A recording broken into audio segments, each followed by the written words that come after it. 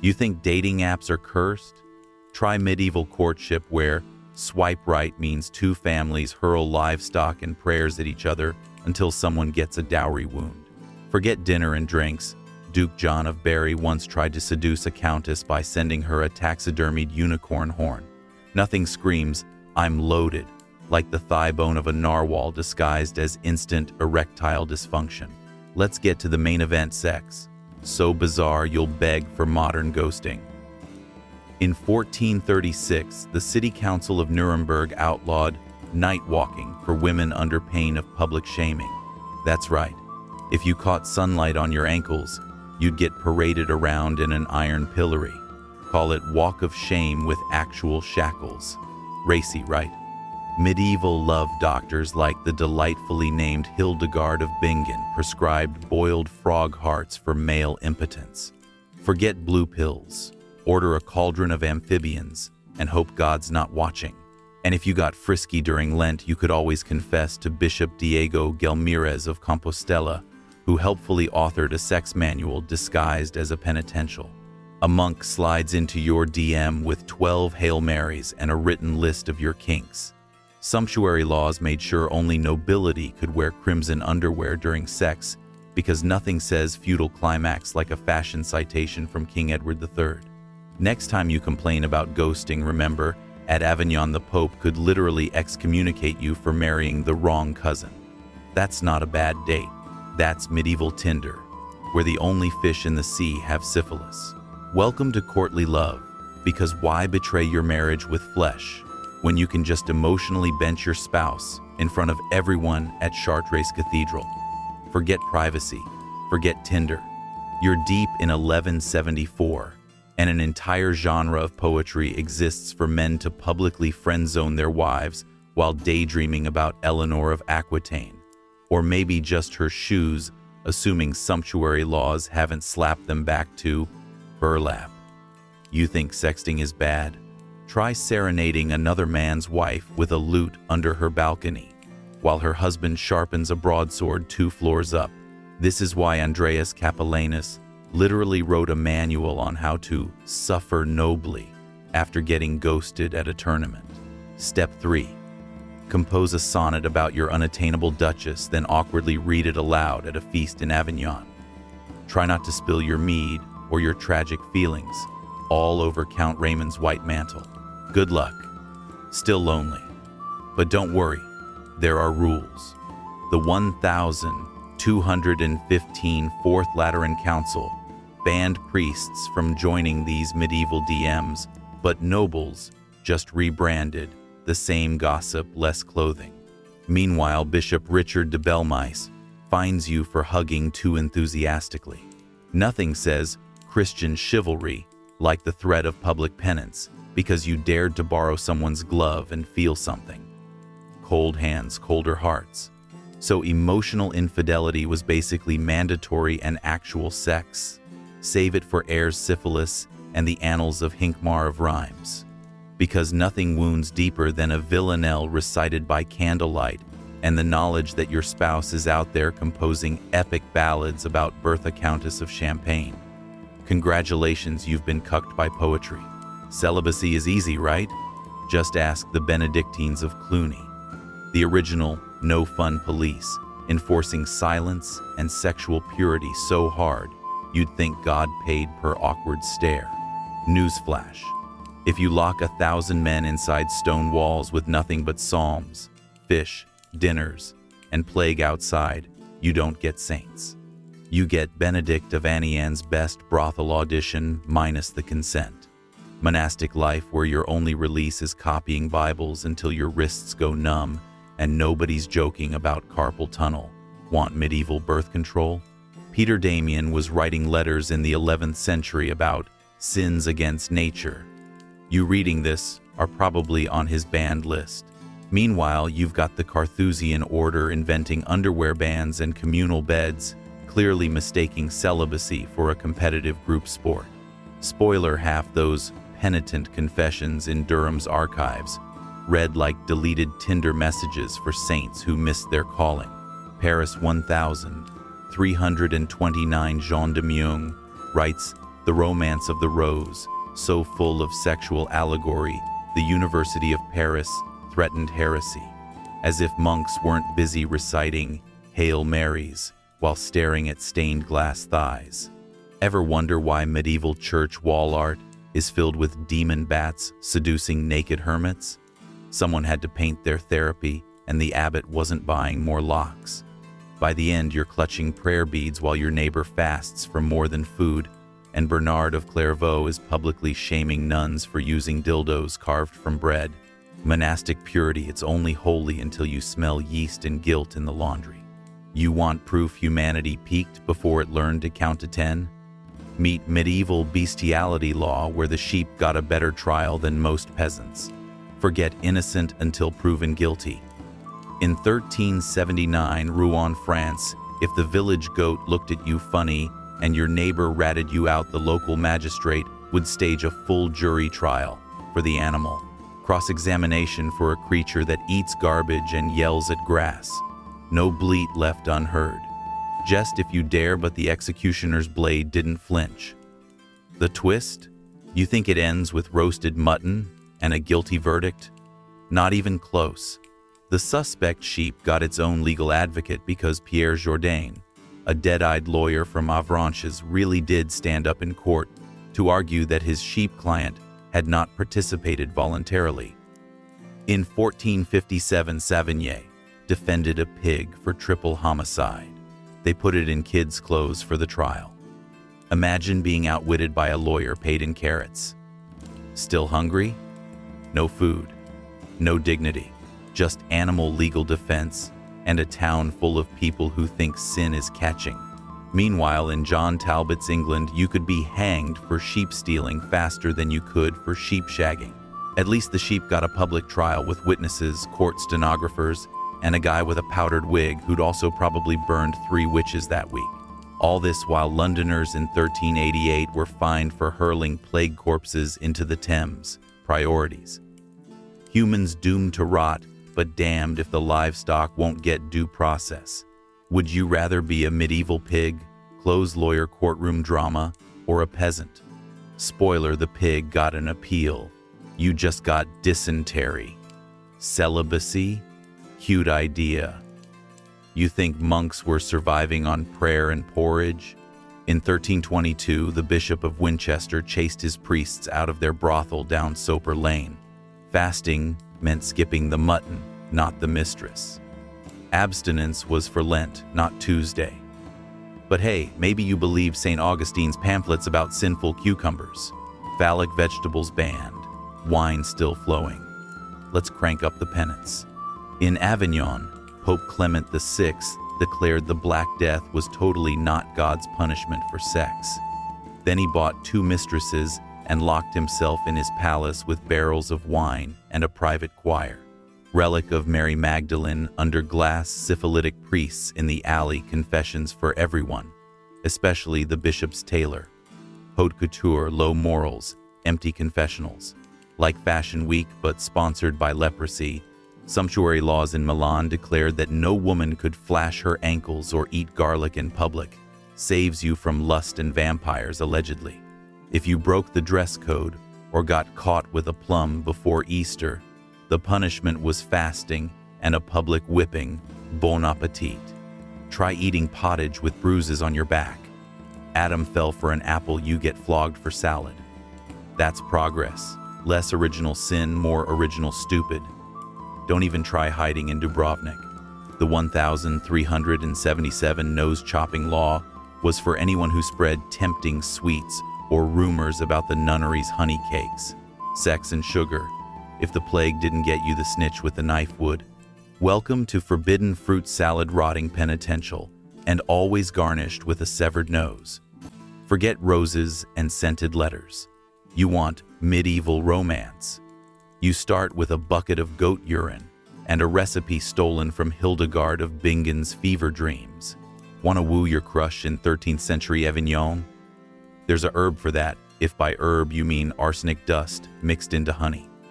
Bon appetit. If he doesn't die, congrats on the engagement. Syrup of poppies for consent, sumptuary laws to police the color of your underwear and absolutely no concept of personal space. Still chasing authentic connection? Try not to catch syphilis. You think shopping for a sex toy is awkward? Meet the relic trade. In York, Archbishop John Le Roman excommunicated a nun for inapproachable innovations, basically DIY with relic fragments and pure desperation. Forget batteries. You get splinters blessed by a tooth of Saint Mary Magdalene. For the upper-class, foreplay was less chocolate body paint, more beetle-based love ointment, and a prayer Saint Fiacre isn't watching. Herbal aphrodisiacs, monk's hood and nightshade. One wrong dose and your pillow talk turns into last rites. They didn't invent BDSM, but the Inquisition rebranded it with extra blood and paperwork. In 1351, Edward III issued the Statute of Laborers, warning that sex outside marriage encouraged idleness and pestilence. Because nothing destroys morale like watching your paramour get flogged in Cheapside. Too bad the local sheriffs had a little too much fun wielding the cat o' nine tails. Historical safe word? Try, I confess, but good luck getting a translation during a public pillory. So, next Valentine's Day, skip the wine and cheese. Open a bottle of Four Thieves vinegar, light a beeswax candle, and thank every modern saint for antibiotics. Still not safe. Still not sexy. Congratulations, you're horny in York 1322. Guess what? Nobody's impressed. For every Parisian love poem, there's a canon law ready to choke it with guilt and a side of syphilis. You think swipe left is cruel? Try the stocks at Norwich for extramarital groin adventures. One night of unlawful dalliance, and suddenly you're a public hemorrhoid legs akimbo, while half the town throws old bread and new curses. Dating apps never threatened you with onions jammed up your nose by the Reeves' daughter. Welcome to the Theological Olympics in Avignon. You get sumptuary laws that tell you which color underwear God hates most. Clerics debate whether coupling on holidays is a sin or just unseemly in the sight of relics. Saint Bernardino of Siena's sermon and shame tour popularizes public whippings for fornicators, adulterers, and anyone who looked sideways at a donkey. No time for lube, you're too busy dodging rotten fish and listening to a monk explain why your genitals invited the next famine. Bonus points if the archbishop keeps notes. But you want weird? Try the canonist Regino of Prum's hot take oral sex equals fasting on bread and water for a year and possibly a quick vacation in the pillories outside Mainz. Caught in flagrante with your neighbor's spouse? Welcome to the Durham bed of shame. A wooden plank parade float dragged naked through the market by your own relatives. All this because some baron forgot to close the curtain during Whitsuntide. Courtly love? No, you get a medieval walk of shame plague edition.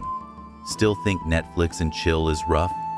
At least there you only risk a bad rating, not a week's supply of blisters and public eye contact. You thought modern shame marketing was brutal? Welcome to medieval sex where everything came with an afterlife interest rate and guilt so heavy. Guy de Chauliac would have prescribed leeches just for your conscience. You could dodge the plague, but Saint Augustine still had his eyes on your bed, and he wanted receipts. Masturbation? A one-way ticket to hell with a pit stop for public flagellation. Missionary position wasn't just recommended, it was a papal compliance audit. You get caught experimenting, and suddenly it's 1431 in Rouen, which means fire, not flowers. You want specifics? Avignon's bishop once ruled that unnatural acts would ruin harvests, which is great news if you needed an excuse for crop failure, but hell if you liked goats in the same room. Meanwhile, Paris boasted the Prostitute's Cross, a recycled monument marking the city's longest walk of shame. If you were busted soliciting near Notre Dame, you took confession literally at a crosswalk with extra clergy spectators. The whole setup made TikTok cancel culture look like a gentle suggestion. Sumptuary laws didn't just police your wardrobe, They ranked your bedroom sins. Silk sheets? Sorry, only Pope Clement VI gets to screw his way into velvet damnation. God sees everything, and apparently so did your neighbors. You couldn't undress without risking a side quest in the Inquisition's torture basement with a helpful pamphlet on how to hate yourself for fun and salvation. Swipe right on penance, swipe left on joy. Eternity waits with the worst Yelp review imaginable. You want romance? Try medieval bedwork, no soap, no privacy, just centuries of collective ammonia breath. Welcome to the era where bathing too much got you flagged as a heretic. The 13th century Council of Toulouse decreed that public bathhouses were breeding grounds for Satan, not cleanliness. You think Tinder is a cesspool? At least you can ghost someone who smells like compost. Forget scented candles. Try the Paris bordellos of 1,350, where the only thing thicker than the cloud of perfume was the stench of untreated gonorrhea. Madame de Pompadour wasn't even born yet, but brothel keepers were already tossing rosemary on their beds in the hope of hiding what the Thames had already noticed: you're marinating in body fluids and plague vectors. Pro tip from Queen Isabella of France: wear 3 layers of linen and never let anyone see you naked, ever. Not even yourself. You get excited by medieval naughtiness? Here's the process. Undress down to your last crusty shift. Pray nobody notices the lice. And whatever you do, don't touch water, not if you want a future. Ask King Henry IV. The guy avoided washing so obsessively his own courtiers complained about the stench of sanctity. Try lighting a mood candle in that boudoir.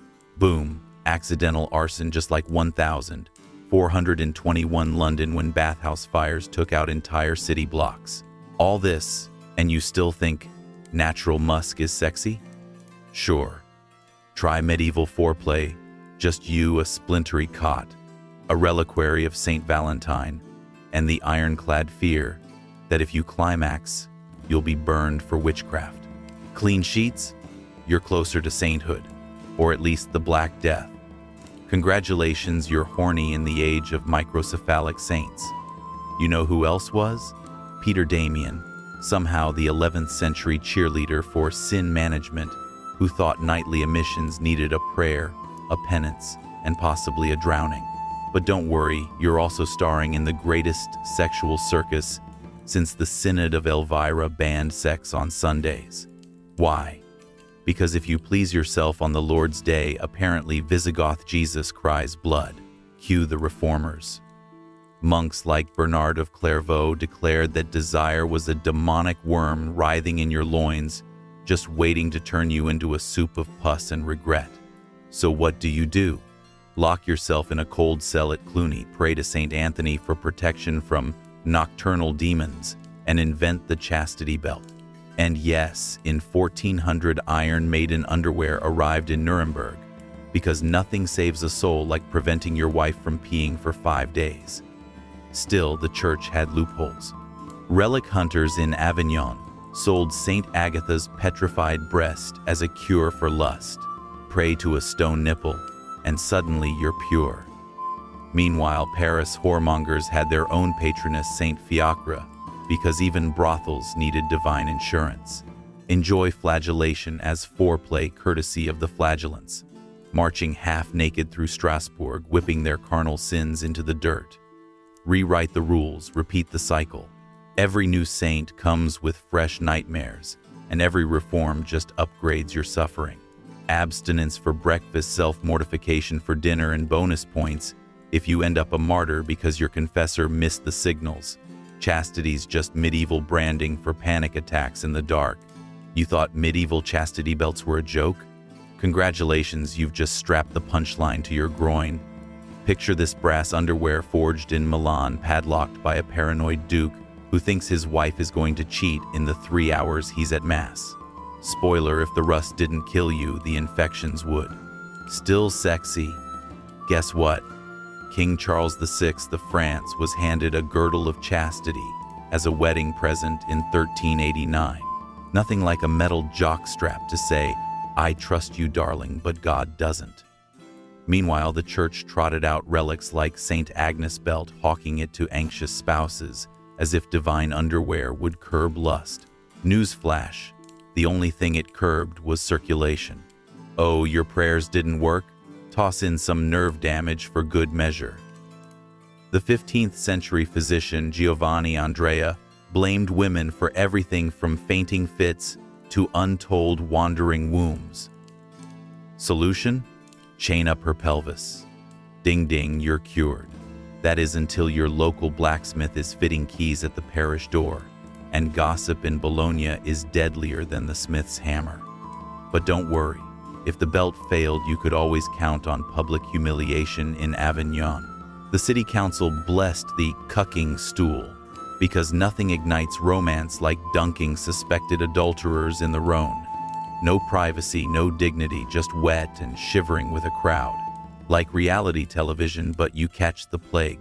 So next time you laugh about chastity belts, remember, these weren't punchlines, they were policies. Your crotch wasn't just unsafe, it was medieval public property. Sleep tight, and keep the key where the Pope can't find it.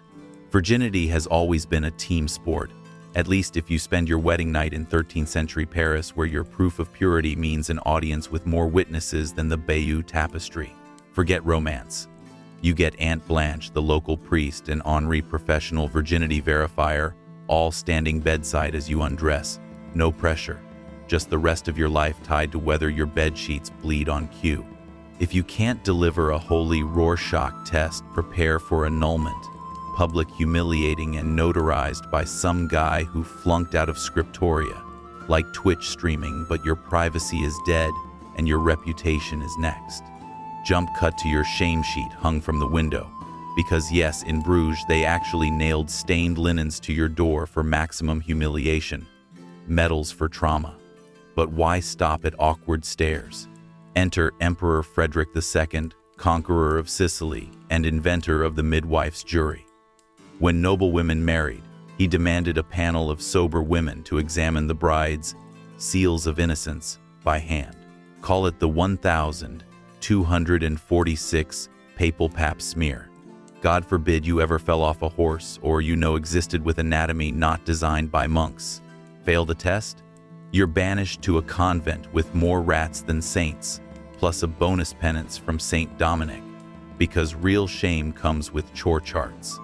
Like Airbnb, but for disgrace. All-inclusive straw mattress ruined, future no refunds. And in 1385, Florence, city of compulsory self-delusion, the chastity checks didn't stop at marriage. They upgraded to new mother inspections. Florence's city fathers actually hired matronly inspectors to check if young wives still looked untouched after childbirth. Biological facts? Not a thing. The same city taxed prostitutes, burned sodomites, and called this science. Cosimo de' Medici himself once joked that Florence ran on faith and fines. Guess which paid better? Welcome to the Renaissance, where logic goes to die and dignity dies first. You thought Netflix and chill was horny? Try getting excommunicated for a wet dream. Welcome to the era where your sleep schedule could get you burned at the stake, because the Malleus Maleficarum called your midnight emissions a sign of demonic influence. No privacy, no tissues. Just St. Thomas Aquinas scribbling about succubi while pretending not to notice his own stained robe. Bless your insomnia or risk waking up with the Inquisition at your bedside and a bucket of holy water. No, not for drinking. You want specifics? In Avignon, 1320, a priest was hanged for witchcraft involving goats. Not even subtle. Meanwhile, the sumptuary laws in Florence dictated the fabrics you could wear, specifically in part because they thought silk inflamed carnal temptations. You masturbate in 21st century satin sheets, back then you risked jail for a velvet codpiece. Fashion police with actual axes. Chanel wishes it had the guts of Edward III, who literally outlawed shoes with points longer than 2 inches because everyone looked too sinful at court. Kick up your heels and it's straight to confession. But hey, why stick to Homo sapiens? In Norway, Bishop Albert of Riga presided over interrogations, where accused witches confessed, very voluntarily, totally unsuggested, to sex with Satan's dog in exchange for the power to curse their neighbors' crops. Last time you lied on Tinder, you didn't blame the hellhound. Blocked anyway. Ask the Würzburg witch trials of 1,628. Almost 900 people torched, some for weather magic, and nude dances at crossroads. Your worst party story doesn't end with execution. And if you thought this couldn't get more 4chan thread from hell, consider the judicial classic trial by water ordeal. Drown or float. Because if your lover was a demon, only holy water would know. Spoiler, everyone's still dead. God's Tinder swipe left and incinerated. But at least the Inquisition learned to multitask. Burn you for fantasy, drown you for facts. Congratulations, your body count just outpaced Vlad the Impaler. And that's foreplay medieval style. You want informed consent? Try explaining libido to a world where the best contraceptive is don't get caught. In 1230, Pope Gregory IX decided women's pleasure was actually demonic sabotage. You think you're ready for a medieval date night? Prepare for a Hungarian fidelity belt. Metal underpants with more locks than a Venetian plague ship. Trust issues, but festive. If you were extra unlucky, your family might gift you a chastity ring engraved with Saint Margaret slaying a dragon. Subtle. Meanwhile, Avicenna's canon of medicine smuggled in Persian sexology, only to get butchered by French monks who thought sneezing during sex meant you'd give birth to twins. Yes, twins. Bonus points if you did it on a fast day, that's public penance, and an upcharge for your confessor. In Florence, they believed red wine improved fertility unless you were left-handed, in which case you were basically cursed. No pressure. Still want mood lighting? Torches and the threat of damnation. Prescription of the week. Guy de Chauliac recommends leech therapy for impotence. Nothing says romance like blood loss and medieval performance anxiety. His other fixed-boiled wolf penis imported if you could afford Milanese prices. For the desperate, Paris offered brothel tokens blessed by Saint Fiacre, patron of hemorrhoids. Why stop at shame when you can add a rash? Johann of Bockenheim even published a matchmaking guide for priests. Align your humors or risk being paired with a choleric widow. Medieval Tinder, left swipe for plague. So next time you think, weird couples therapy, just remember someone in Visby was handcuffed to a bed for lustful dreams, while the Archbishop of Trier banned marital sex during solar eclipses. Still want to swipe right? Congrats. You've earned yourself a papal annulment and 2 weeks in confession. No safe word, just original sin.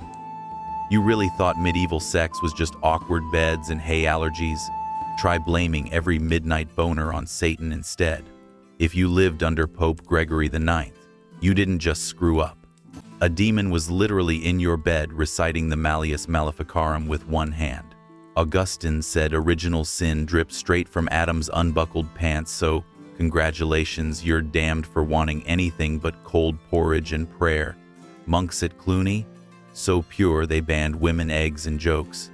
In Paris, 1386, Jean de Montaigu built a private pleasure garden thick with relics, because nothing says seduction like showing off a saint's shin bone. If you got caught with a succubus excuse, the Inquisition offered 2 solutions: confession or fire. No in between. Just pick the one you can't take back. For the real overachievers, try the penitential flagellation clubs of Siena. Beat yourself bloody, call it virtue, and still get side-eyed by the Dominicans. You want contraception? Forget it. Avignon doctors prescribe celestial intervention, and when that failed, ground up emeralds to ward off wet dreams. Hope you enjoyed kidney failure, because urine analysis was a kink for Henry VI's physicians. The good news, if you were possessed by an incubus, St. Bernardino of Siena had a sermon ready and a bonfire waiting, still cheaper than a therapist. Just don't eat mandrake root, unless you trust Edward IV's apothecary and your own tolerance for hallucinations. Scapegoats had a brisk business model. Blame the devil, pay the church, and if you weren't burned, you at least kept your genitals. Welcome to medieval Europe. Come for the relic, stay for the moral panic, leave smelling like brimstone and panic sweat. Swipe right on catastrophe, no refunds. Marital bliss, you say? Please. You're in Avignon 1215, and the Fourth Lateran Council just weaponized your bedroom. The church wants your soul, your coin, and now your Tuesday nights. Want to get frisky on Lent? That's 100 lashes and a biblically accurate guilt trip from Bishop Fulk. We're talking more band days than feast days. Sex? Maybe on a leap year if you bribe a relic. Or maybe if you're Henry III trying to sneak in a quickie during a vigil, just don't let the confessor catch you unless you like doing penance barefoot up cathedral steps. You're not doing anything creative either. Forget the Kama Sutra. You're on missionary or burn. Try rear entry? That's a ticket to heresy. Get caught with a pillow? Ask Peter Damian, whose fetish was writing 11th century hate mail to anyone enjoying themselves.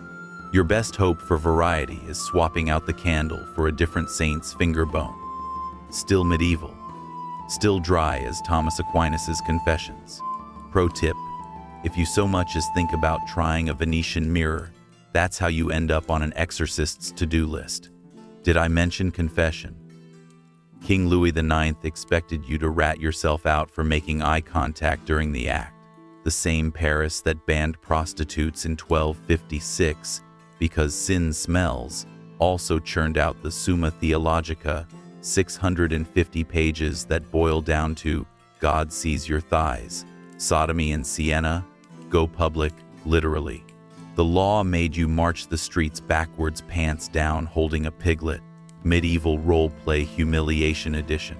Over in Cologne, they just toss you on the dung cart. Both a punishment and a Yelp review for your love life. No safe word, no safe month. Just you, your spouse, 3 inquisitors, and a wall full of relics watching. Congrats, you're the main event at the world's worst orgy. You think sin taxes are modern? Please. Welcome to the brothel, where the medieval state made public health a group project, with no disclaimers and extra bacteria. In Avignon, the papal playground, Pope Clement VI pulled a holy U-turn. Prostitutes got licenses, and confession booths turned into medieval LinkedIn. Penance one day, paperwork the next. Don't forget to tip your local excommunicated madam. She's dodging more bans than TikTok.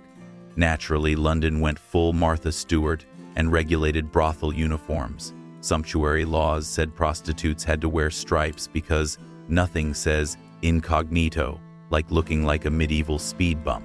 Meanwhile, the city's official stews kept a waiting list for syphilis so long even Guy de Chauliac needed a plague mask. Want medical care? Try 4 Thieves vinegar baths. Still itching? Guess who's still a public health risk? Bonus round. Henry II tried to tax the Southwark brothels so hard you'd think he was mainlining irony. Not that enforcement mattered. Half the constables lived upstairs. Now add a pandemic. 1,348 hits, and you get officials in Florence quarantining brothel districts to like medieval Airbnbs. But each room comes with a prayer, a bucket, and the Black Death as a +1.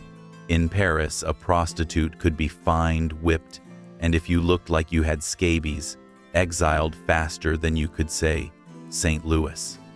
When your local authorities are handing out plague coins as tip change, you know hygiene is dead. And so are you. State-approved sex, extra plague, and 0 refunds. Market forces at work. Just don't forget your will. Confess or burn. That's the deal. You stagger into Notre Dame with a secret sausage party hiding under your robe and hope the priest's ears don't explode. You think your browser history is bad? Try explaining to Bishop Odo of Bayeux why you own a rabbit-shaped candle holder and not get hit with a penance menu longer than the Domesday Book. Spoiler, you're fasting. Again, duck walk your shame into the confessional and hope you're not caught in the Bishop of Winchester's brothel census. Yes, that was a thing because England needed a spreadsheet for syphilis. Don't forget the rules in Avignon. Pope Clement VI declared you owed double penance for unnatural acts. Congratulations, you're broke and damned. Medieval kink, that's just a death sentence with extra paperwork. You try to say less, but you've seen the instruments in the torture closet, actual confession props like St. Peter's chair, all splinters and humiliation. Oh, and beware, in 1252 Innocent IV legalized torture for heretics. So don't forget to stutter when you lie. Feeling spicy? Maybe you paid for a relic of Saint Vitalis, the patron saint of genital diseases. The joke's on you that miracle bone is probably a pig's femur from the Paris meat market. Penitence by placebo.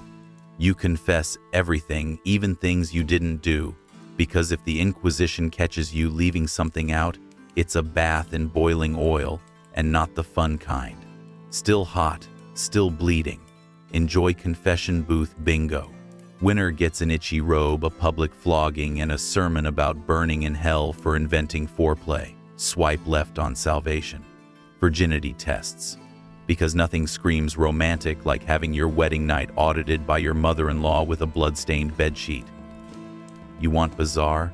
Say hello to Philip IV of France, who literally outlawed silk underwear for peasants, because nothing ruins divine right like your serfs getting comfy. Sumptuary laws, medieval foreplay for control freaks. Who needs privacy when Notre Dame keeps a tally of how many times you kneel before the feast? Spoiler, not enough prayers to wash off what happened in Eleanor of Aquitaine's bedchamber. Just ask her second husband rumor. Had it he needed a papal dispensation and a cold compress. Let's zap over to Avignon, home of anti-popes and STD saints. Bargaining for relics, you say? Toss a coin for Saint Fiacre's blessed chair, the medieval answer to Viagra except with more splinters. Hope you like holy hemorrhoids. Meanwhile, nuns in Bologna wrote their love poems in code because nothing heats up a convent like possible excommunication. Celibacy just Latin for please gossip harder. Miraculous chastity belts, allegedly gifted by Charles the Bald. Perfect for when you want sexual repression with bonus tetanus. Pewter padlocks, rusty symbolism. Poisoned pajamas at court. Welcome to the nightlife in Milan, where duchesses slipped arsenic into their husbands' nightcaps, then blamed it on bad air. Francesca Sforza didn't invent toxic relationship, she just perfected the prostitute delivery system. If you can't trust your silk sheets, try monkhood suppositories straight from the writings of Guy de Chauliac medicine, or murder roll the dice. Diagnosed syphilis? Anna of Saxony cured it by bathing in mercury, because death by slow insanity still beat marrying a Habsburg. John the Fearless carried a bezoar stone to dodge poison, blissfully unaware you're still one midnight snack from disaster. Call it royal passion, call it legal torture, call it Friday. At least your pajamas aren't plotting your autopsy. Yet. You think your Tinder dates are awkward? Imagine getting excommunicated because you broke the wrong chastity belt.